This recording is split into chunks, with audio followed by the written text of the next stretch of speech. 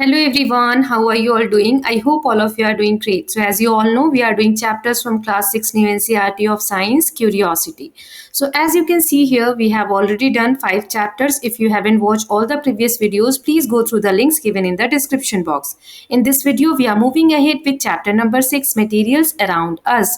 So ये chapter हम start करने जा रहे हैं. इस चैप्टर के पार्ट 1 है. इस चैप्टर में हम मटेरियल्स के बारे में जानेंगे. चलिए चैप्टर को एक कोट के साथ स्टार्ट करते हैं. उपादानम भवेत् सया मूषाया मृत्तिका लोहमेव च. देखो मूषाया मतलब होता है क्रुशिबल. ठीक है, तो क्रुशिबल क्या होता है? एक ऐसा बर्तन जिसको आप कितने भी टेम्परेचर पे गर्म कर लो, कितना भी ज्यादा हीट कर लो, वो बर्तन खुद नहीं पिघलता. जबकि वो किसका बना हुआ है? क्ले एंड आयरन, लोहे से और मिट्टी से मिलकर बना है. फिर भी उसको कितना भी हीट कर लो वो खुद नहीं पिघलता. लेकिन उसके अंदर आप अगर कोई मेटल रख रहे हैं, कोई चीज पिघलाने के लिए रख रहे हैं, तो गर्म टेम्परेचर होने की वजह से वो मटेरियल पिघल जाएगा जो उस बर्तन के अंदर है, लेकिन वो बर्तन नहीं पिघलेगा. तो ये मटेरियल की वैरायटी को दिखाता है. इसको आप करंट कॉन्टेक्स्ट में कैसे समझ सकते हैं? जैसे माइक्रोवेव ओवन्स होते हैं, उसमें हम कोई भी फूड हीट करने के लिए बर्तन में करके रखते हैं. खाना तो गर्म हो जाता है, लेकिन वो बर्तन जिसमें हम करके रख रहे हैं फूड ओवन के अंदर, वो बर्तन नहीं पिघलता, बर्तन एज इट इज रहता है. सो कितने तरीके के मटेरियल्स हैं जो टेम्परेचर के हिसाब से, हीट के हिसाब से अलग अलग है ना. तो इसी के बारे में ये कोड दिया हुआ है. The material used to make the crucible a vessel used to melt substances are clay and iron. So ये ऐसा एक बर्तन जिसे हम क्रूशिबल यहाँ पे कहा गया है, जिसको बनाने के लिए क्ले और आयरन यूज किया गया है, वो यूज किया जाता है बाकी के सब्सटेंसेस को मेल्ट करने के लिए. I hope it is clear. Now let's start with exercise 1 6.1 observing objects around us. हम अपने आसपास के ऑब्जेक्ट्स के बारे में जानने वाले हैं कि कैसे होते हैं और किन किन चीजों से मिलकर बने होते हैं. तो यहाँ पर दो बच्चे हैं, घूलन एंड शीता. ये लोग नई क्लास में गए हैं समर ब्रेक के बाद और बहुत एक्साइटेड हैं. जैसे वो लोग क्लासरूम में एंटर होते हैं, दे स्टार्ट टॉकिंग, बातें करने लगते हैं. तो शीता पूछती है कि तुम आज स्कूल में क्या लेकर आए हो? तो घूलन यहाँ कहता है कि मैं नोटबुक लाया हूँ. तो शीता कहती है मैं नोटबुक और पेन भी लाई हूँ. थोड़ी देर बाद मैडम विद्या, जो उनकी साइंस की टीचर है, क्लास में आती हैं and starts interacting with the students to draw their attention to many things they use in their daily life. उसके बाद वो बच्चों का ध्यान जो आसपास की चीजें हैं जो वो डेली यूज करते हैं उनकी तरफ खींचती हैं और कहती हैं, she asked how are they similar to or different from each other. आप सोचिए कि जो चीजें आप यूज करते हैं डेली लाइफ में, ये कैसे एक दूसरे के जैसी हैं, यानी सेम है, या इनमें क्या डिफरेंसेस है, इनके शेप्स में क्या डिफरेंसेस है, कलर में क्या डिफरेंसेस है. आप जब उनको टच कर रहे हैं तो आपको कैसा फील हो रहा है? कौन सी चीज भारी है, क्या सभी एक ही वेट की है? तो ये सब चीजें जब आप देखेंगे तो all things are made up of some materials like paper, wood, cloth, glass, metals, plastic, clay and so on. तो आप पाएंगे कि सभी चीज किसी न किसी मटेरियल से मिलकर बनी है. मान लीजिए नोटबुक की बात करते हैं, तो नोटबुक किससे मिलकर बनी है? पेपर से, कार्डबोर्ड से. तो पेपर क्या हो गया? मटेरियल हो गया. पेन की बात कीजिए, पेन प्लास्टिक से बना है, हो सकता है उसकी जो कैप हो उसमें मेटल यूज हुआ हो, धातु, है ना. सो वो क्या हो गया? प्लास्टिक और मेटल क्या हो गया यहाँ पे? मटेरियल हो गया. So any substance that is used to create an object is referred to as material. So कोई भी सब्सटेंस जिसको कोई ऑब्जेक्ट बनाने के लिए हम यूज करते हैं उसे हम कहते हैं मटेरियल. यहाँ एक्टिविटी 6.1 दी गई है. Let us identify, make a list of objects you see around and also write the names of the material they are made up of in this table. यहाँ हमें मटेरियल आइडेंटिफाई करना है. आप कौन सा ऑब्जेक्ट ऑब्जर्व कर रहे हैं वो इधर लिखेंगे और किस मटेरियल से बना है वो इधर लिखेंगे. तो चलिए मैं एग्जांपल देती हूँ. जैसे नोटबुक पेपर और कार्डबोर्ड से बना है, पेन प्लास्टिक और मेटल से बना है, चेयर ले लीजिए, चेयर वुड की भी बनी होती है, यानी लकड़ी की, मेटल की, प्लास्टिक की. तो चेयर हर चीज की आपको देखने को मिलेगी.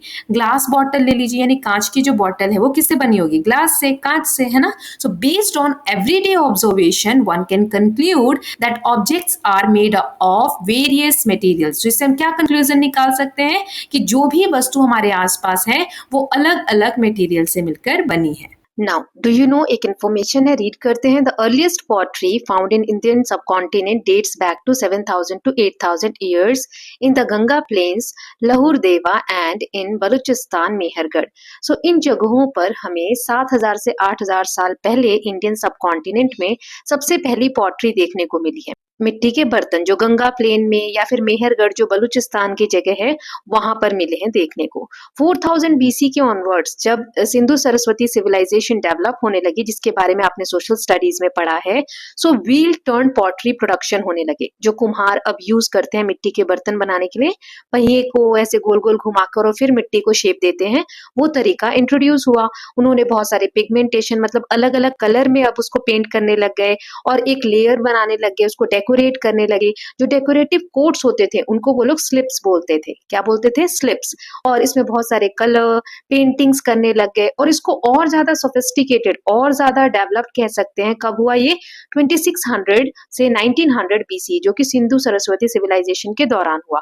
इसमें ब्राइट रेड सरफेस होने लगा, रेड कलर के मिट्टी के बर्तन होने लगे और उसमें ब्लैक कलर से डिजाइनिंग की जाने लगी, चाहे वो ज्योमेट्रिक पैटर्न हो या ऐसे कोई डिजाइन्स बनाने लगे ब्लैक कलर से, जिससे कि वो और ज्यादा सुंदर दिखने लग गया। अब इससे वो लोग खाने के बर्तन बनाते थे, बोल्स बनाते थे और कभी कभी वो लोग उसमें स्टोर करने के लिए बड़े बड़े जार्स भी बनाते थे, जो आज के समय दिल्ली म्यूजियम में रखे हुए हैं। और इसको बनाने का तरीका क्या था? मिट्टी को सबसे पहले क्लीन करते थे, फिर सीव यानी छानते थे। क्लीन करना मतलब मिट्टी में कोई कंकड़ पत्थर ना हो, उसको साफ करके सीव करके यानी छान के। नीड करना मतलब कि गूंदते थे उसको पानी डालकर और फिर पहिए पर रखकर और उसको शेप देते थे। जब मिट्टी का बर्तन तैयार हो जाता था तो फाइनली उसको बेक करते थे। बेक करने के लिए वो लोग भट्टी का यूज करते थे, जैसे कि किल्न यहाँ लिखा हुआ है ना, तो इसमें वो मिट्टी के बर्तन पकाते थे। जो पकी हुई मिट्टी होती है उसको यहाँ पर टेराकोटा कहा जाता है। ओके, सो ये इन्फॉर्मेशन दी गई थी। नाउ आप आगे देखते हैं। यहाँ दिया हुआ है 6.2 exercise, how to group materials. Materials को अलग अलग कैटेगरी में हम कैसे ग्रुप कर सकते हैं। सो एक्टिविटी दी गई है, let us group the objects shown in figure 6.1 based on any common property such as shape, colour, hardness, softness, shine, dullness और materials they are made up of. So यहाँ पर हमें ऑब्जेक्ट्स दिए हुए हैं अलग अलग टाइप के, इनको हमें कैटेगरी में डिवाइड करना है। ये आप पे डिपेंड करता है आप इसको किस कैटेगरी में बांट सकते हैं। जैसे हार्ड है कोई मटेरियल, ये सॉफ्ट है, उनका शेप कैसा है, इस बेसिस पे। तो जैसे मैंने यहाँ पर एग्जाम्पल दिया है, कैटेगरी और ऑब्जेक्ट्स लिख दिए हैं। जैसे पहले मैंने मटेरियल के बेसिस पे कि किस चीज से बने हुए हैं सब चीजें, जैसे वुड यानी लकड़ी की बनी हुई चीजें, यहाँ पे चरखा है, रूलर यानी स्केल है लकड़ी का बना हुआ, प्लास्टिक की जैसे स्केल है, पेन है, शार्पनर है, बॉल है, की चेन है। तो ये सारी चीजें प्लास्टिक की है। क्ले की क्या है? क्ले पॉट है, क्ले का दिया बना हुआ है। स्टील में देखिए आप स्पून है, यहाँ पे ग्लास है, एक पेपर में जो होल करते हैं हम स्टील होल पंचर है, देन ग्लास यानी कांच का एक ग्लास है, देन फिर रबर का इरेजर है, आप देख सकते हैं, पेपर की नोटबुक है, बुक है, स्टोन का एक स्टोन भी दिख रहा है यहाँ पे आपको, पत्थर, और फिर मार्बल्स यहाँ पे देख सकते हैं जो खेलते हैं कंचे वगैरह, है ना। अब इसको हम हार्डनेस के बेसिस पे भी बांट सकते हैं कि कौन सी चीजें हार्ड है, जैसे वुड की बनी हुई चीजें, स्टील की बनी हुई चीजें, ये क्या है? हार्ड है। ऐसे ही सॉफ्ट है, इरेजर, बॉल या पेंसिल जो है ये क्या है? सॉफ्ट है। कुछ शेप के बेसिस पे कि सिलेंड्रिकल शेप किसकी है, पेंसिल, प्लास्टिक पेन या फिर ग्लास, ये सब क्या है? थोड़े सिलेंड्रिकल शेप में है। ऐसे रेक्टेंगुलर, फिर राउंड ऑब्जेक्ट्स, है ना। और फिर यूजेस के बेसिस पे भी हम इसको बांट सकते हैं, जैसे राइटिंग या ड्राइंग के लिए हम pencil, pen, book, notebook use करते हैं। हाउस होल्ड में मतलब हाउस होल्ड यूटिलिटी यानी घर के कामों में स्पून, की, लॉक, फिर यहाँ पे स्टील होल पंचर, शार्पनर, और डेकोरेशन के लिए हम क्ले पॉट या दिया या ग्लास, मार्बल्स, ये सब चीजें यूज कर सकते हैं। तो मैंने एग्जाम्पल दिया है, इसमें आप चेंजेस कर सकते हैं ना। ना यहाँ दिया है एक्टिविटी में next, which property did you use to group the objects in activity 6.2। कौन सी आपने प्रॉपर्टी यूज की वो बताना है। मैंने यहाँ पे 4 प्रॉपर्टीज में आपको दिखा दिया। हार्डनेस के बेसिस पे, किस मटेरियल से बने इस बेसिस पे, फिर शेप क्या है, और फिर यूजेस के बेसिस पे मैंने डिवाइड किया। What did you learn from this activity? हमने क्या सीखा? You must have notice that an object can be made from different materials and some materials can be used to make more than one object. हमें ये पता चला कि हर चीज बनने के पीछे एक ना एक मटेरियल है, एक ना एक मटेरियल को यूज करके बनाया गया है ना। और एक ही मटेरियल से बहुत सारी चीजें भी बनी हुई है, जैसे प्लास्टिक का स्केल है, प्लास्टिक से ही पेन बना हुआ है, right. So the method of arranging the objects into group is called classification. हमने पहले भी ये पढ़ा हुआ है चैप्टर 1 में कि हम चीजों को क्लासिफाई करते हैं अलग अलग बेसिस पे, अलग अलग कैटेगरीज में, तो उसको हम बोलते हैं classification. Objects can be classified on the basis of common property that they have. हम कॉमन प्रॉपर्टी के बेसिस पे डिवाइड करते हैं कि किस कैटेगरी में आएगा। Similarly we can classify materials based on certain properties. तो ये हमने देखा कि कैसे सामान को हम बांट रहे हैं अलग अलग कैटेगरी में, वैसे ही हम मटेरियल्स को भी अलग अलग कैटेगरी में बांटते हैं।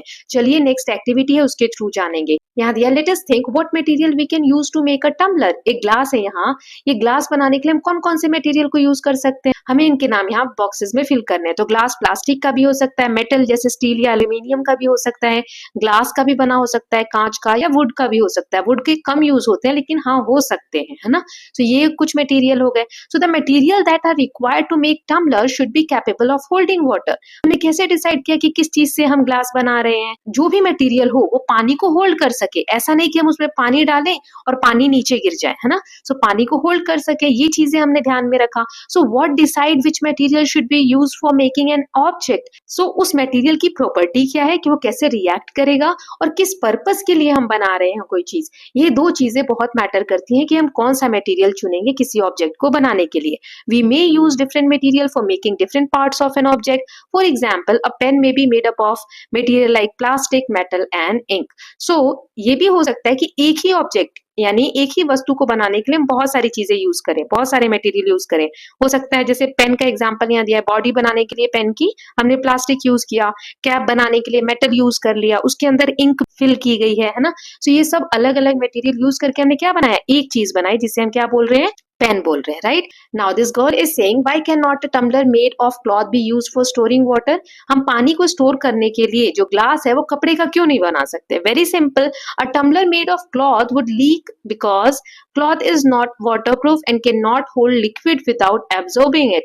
A suitable material for making a tumbler should be able to contain liquids without allowing them to pass through. So कपड़े में अगर हम पानी डालेंगे तो कपड़ा क्या करेगा, उसे सोखने लगेगा और धीरे धीरे जब वो पूरी तरीके से गीला हो जाएगा तो पानी उसमें से नीचे निकलने लगेगा, है ना। सो हमें ऐसे मटेरियल से टम्बलर बनाना होगा जो कि वाटर प्रूफ हो, जो पानी को होल्ड कर सके, इसीलिए हम कपड़े का यूज नहीं करते।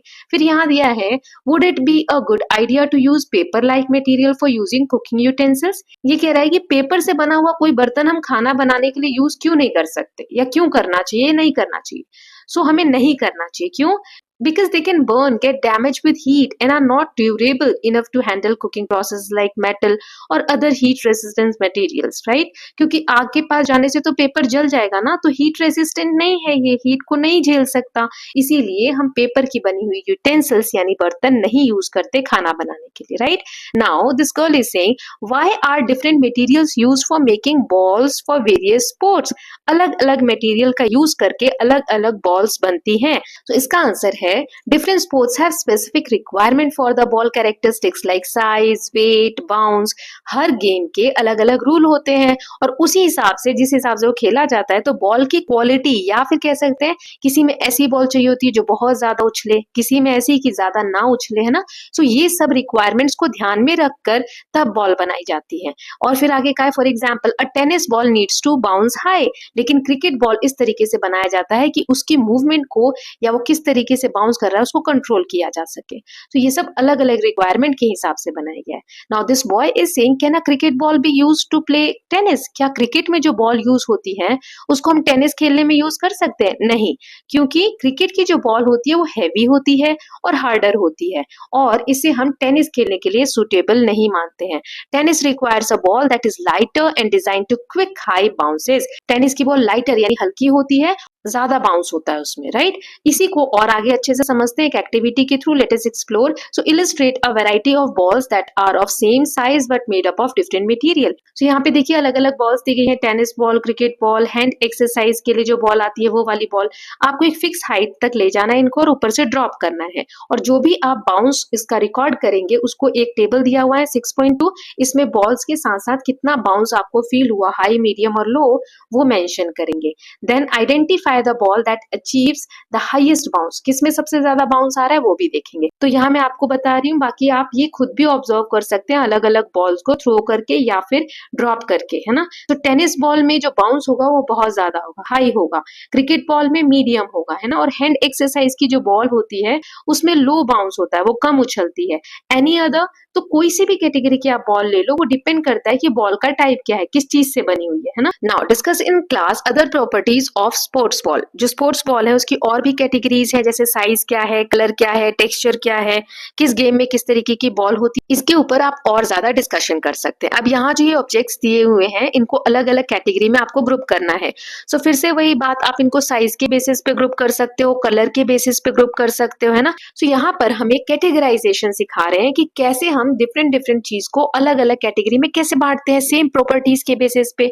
और एग्जाम्पल दिए, जैसे आप ग्रोसर के पास जाओ, ग्रोसरी की जो दुकानें होती है वहां जाओगे तो स्पाइसेस यानी मसालों का एक कॉर्नर होता है उनकी शॉप में, है ना। दालें एक जगह रखी होती है, ग्रेन्स अनाज एक जगह रखे होते हैं, बिस्किट्स चिप्स इन सब चीजों के अलग अलग जगह बने होते हैं, सेक्शंस बने होते हैं। तो उन्होंने डिवाइड कर दिया होता है अपनी दुकान को, किस हिसाब से, प्रोडक्ट्स की कैटेगरी के हिसाब से, है ना। ऐसे ही केमिस्ट की शॉप पे चले जाओ जहां दवाइयां मिलती है, तो वहां भी कैटेगरी डिवाइडेड होती है कि यहाँ पर ये पर्टिकुलर दवाई रखी जा रही है, राइट। सो इसे ही हम बोलते हैं कैटेगराइजेशन। सो अभी तक हमने 2 एक्सरसाइज देख ली। So with this students we are done with part 1 of this chapter. बाकी का चैप्टर हम पार्ट 2 में कवर कर लेंगे। I hope you are loving these videos. If you are doing so please like and share it and don't forget to subscribe Kalyan TV channel for more such videos. Thank you so much.